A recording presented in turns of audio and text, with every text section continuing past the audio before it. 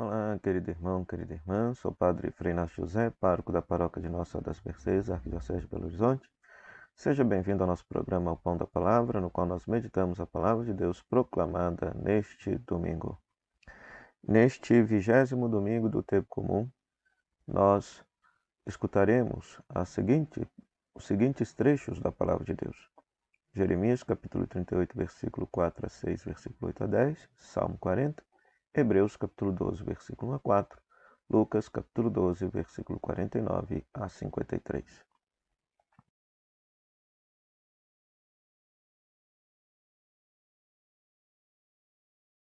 Dentro da dinâmica do mês vocacional, hoje nós celebramos o Dia dos Pais.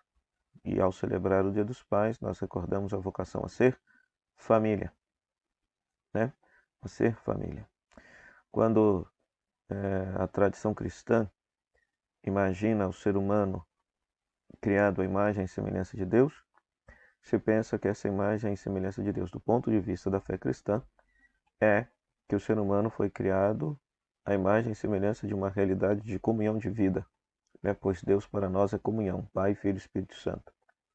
Portanto, ser família, a vocação ao matrimônio, ao gerar a vida, educar e conviver com os filhos, isso é uma sombra daquilo que é a comunhão perfeita, que é a Santíssima Trindade, que é o próprio Deus,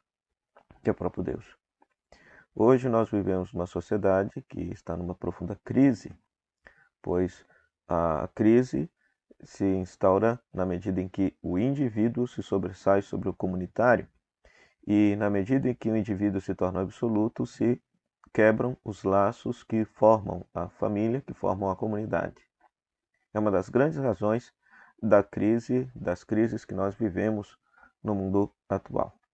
Por isso, querido irmão, querida irmã, devemos rezar com muito amor e carinho pelas famílias, para que elas possam, na sua convivência essa que nem sempre é fácil, como sempre nos lembra o Santo Padre o Papa Francisco, mas que as famílias possam, no desafio de conviver, fazer a experiência bonita da comunhão de Deus, né? Ou seja, experimentar Deus na comunhão familiar, na comunhão familiar. E rezar por todos aqueles jovens que se preparam para abraçar a vocação de ser família, para que possam verdadeiramente estar imbuídos dessa graça, imbuídos deste Espírito, desejosos verdadeiramente de se tornarem família, sinal desta comunhão bonita de Deus, dessa comunhão eterna do amor de Deus. Hoje, a palavra de Deus, nesse 20º domingo do tempo comum, traz, na primeira leitura e no Evangelho, o tema da consequência da profecia, né? O profeta é aquele que anuncia a palavra de Deus, denuncia os pecados do povo e consola o povo em meio ao seu sofrimento. Essa que é a grande característica do profeta. Na primeira leitura, nós vemos justamente o profeta Jeremias sendo perseguido, sendo jogado na cisterna para morrer de fome, pois ele estava anunciando palavras duras contra a corte de Judá.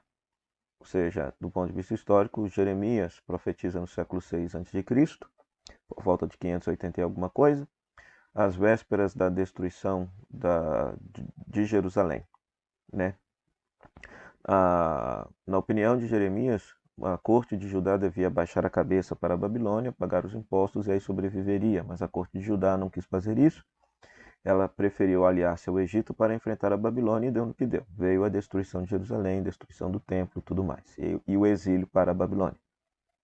A palavra de Jeremias era tão dura, ele denunciava a tamanha infidelidade da corte do povo a Deus, que pegaram ele e jogaram na cisterna. Então, para você ver que o profeta ele é perseguido, ele não é compreendido, porque ele tem uma palavra muito dura, firme, que vai estimular as pessoas a mudar de vida. E como ninguém gosta de ser corrigido, então dá no que dá. A mesma coisa acontece com Jesus no Evangelho. Esse Jesus que aparece no Evangelho de hoje é um Jesus muito diferente do que a gente está acostumado a ver, né? Porque nós sempre anunciamos, pregamos, ouvimos dizer de um Jesus paz, amor, etc. Mas aqui não. Em Lucas capítulo 12, Jesus deixa bem claro que ele quis deixar, ele não veio para trazer a paz, mas veio para trazer a divisão. O que é isso? E ele prefere, e que gostaria que o fogo já estivesse pegando na terra. Que fogo? Ora, Jesus, ele deixa bem claro, ou estamos com ele, ou estamos contra ele. Ou abraçamos a mesma causa que ele abraçou, a saber, o reino de Deus, a justiça de Deus instaurada no mundo, ou então estamos contra ele. Podemos ser até pessoas muito religiosas, pessoas muito devotas, rezar a Jesus, louvar a Jesus, adorar a Jesus. Mas se nós não trabalhamos de forma concreta para que a justiça de Deus se instaure no mundo, trazendo vida e paz para todas as pessoas, no fundo, nós estamos optando contra Jesus.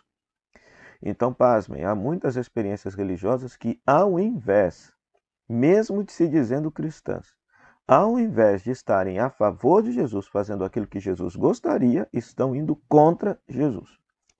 E esta opção por Jesus, ela é tão radical que provoca divisão até no seio da família, né? Conforme se diz, né?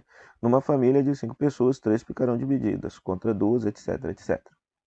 Ora, nós sabemos que isso, do ponto de vista histórico, de fato aconteceu no momento da redação dos evangelhos, pois era proibido ser cristão. Ser cristão significava você ser expulso da sinagoga. Então, às vezes, numa casa, as pessoas se dividiam. Haviam pessoas cristãs, haviam pessoas seguidores do judaísmo, que denunciavam na sinagoga aqueles que eram cristãos, e isso provocava cisões e divisões da família. Então, para você perceber que Jesus aqui verdadeiramente é radical, ou nós optamos por ele, ou nós não optamos por ele. Do ponto de vista prático, pastoral, né? Quantas vezes a gente lá dentro da nossa casa, a gente convive com situações anticristãs, sendo que a gente se diz cristão, se diz batizado. Então a gente, com todo carinho, com todo jeitinho, claro, com todo amor, a gente deve tentar corrigir essas situações que acontecem na nossa convivência. Por quê? Porque a nossa opção é por Cristo. Cristo é o centro de nossa vida, né? Nós não devemos, de forma alguma, querer corrigir as pessoas lá na nossa casa, simplesmente por um motivo religioso, né? Passou-se aquele tempo de falar assim, não, você tem que mudar esse comportamento, que senão você vai para o inferno. As pessoas não acreditam mais nisso. Então a gente tem que achar um outro argumento, um argumento existencial, que toque o coração da pessoa, que faça sentido na cabeça da pessoa, para que a pessoa possa mudar aquele comportamento que vai levá-la à morte, aquele comportamento que não é saudável na vida da pessoa, né? Então eu sei que é um grande desafio, mas é um desafio necessário de ser encarado. Por quê? Porque ou estamos com Jesus ou estamos contra Jesus. Ou abraçamos a causa de Jesus, que é o reino de Deus, a justiça de Deus instaurada no mundo, ou então estamos contra Jesus, trabalhando contra ele, né? E, por fim, na segunda leitura nós temos Hebreus, capítulo 12, versículo 1 a 4, lembrando que agora, depois que no capítulo 11 o autor fez uma longa meditação sobre o tema da fé, apresentando inúmeros exemplos do povo de Deus, de pessoas que viveram a sua fé. Não alcançaram, não viram com esses olhos carnais a promessa ser realizada, mas caminharam na direção desta promessa. E isso é caminhar em fé. Fé é enxergar aquilo que não se vê. Certo? E aí, ao terminar esta longa meditação acerca do dom da fé, então agora ele começa, que rodeado por tão grandes testemunhas, que aqui no caso são todos os heróis da fé que ele apresentou no capítulo 11, então agora o autor convida a deixar de lado o que nos pesa, o pecado que nos envolve, e empenhar-se com perseverança no combate que nos é proposto, mantendo os olhos fixos em Jesus, que nos completa a obra da fé. Por que ele está escrevendo isso? Porque provavelmente a comunidade a qual está sendo destinado esse texto está sofrendo também perseguição. Por quê? Porque, veja, ele mesmo vai afirmar, olha, vós não resististes até o sangue na vossa luta contra o pecado. Né? Ou seja, vós ainda não derramastes o sangue, vós ainda não fostes martirizados. Né? Então, o autor está convidando aqui, como nós sabemos, pela fé, que o que nos aguarda é o reino definitivo, né? Nós devemos trabalhar, nos empenhar para que o reino de Deus se instaure no mundo? Sim, claro.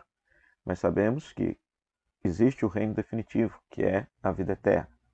Então, com os olhos fixos lá, devemos trabalhar para que aqui se assemelhe o quanto mais lá, né? Com o céu. Essa ideia não é nova, essa ideia já está na obra de Santo Agostinho chamada Cidade de Deus, onde ele imagina a cidade de Deus, toda bela e bonita, sendo um modelo e exemplo para a construção das relações sociais e econômicas aqui embaixo. Né? Um livro Cidade de Deus de Santo Agostinho. Então, sabendo que Nós temos o céu que nos aguarda. Com os olhos fixos no céu, devemos trabalhar de modo cristão no mundo para transformar o mundo num mundo sonhado por Deus. Reino de Deus. Reino de Deus. Então, que a gente possa se empenhar nisso.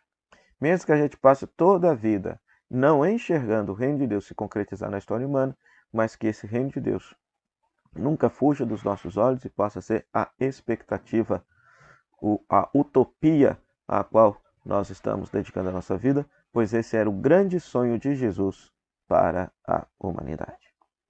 Para isso, querido irmão, querida irmã, vamos pedir a Deus que nos abençoe, nos guarde e nos conceda um santo domingo. Oremos. Ó Deus, preparastes para quem vos ama bens que nossos olhos não podem ver.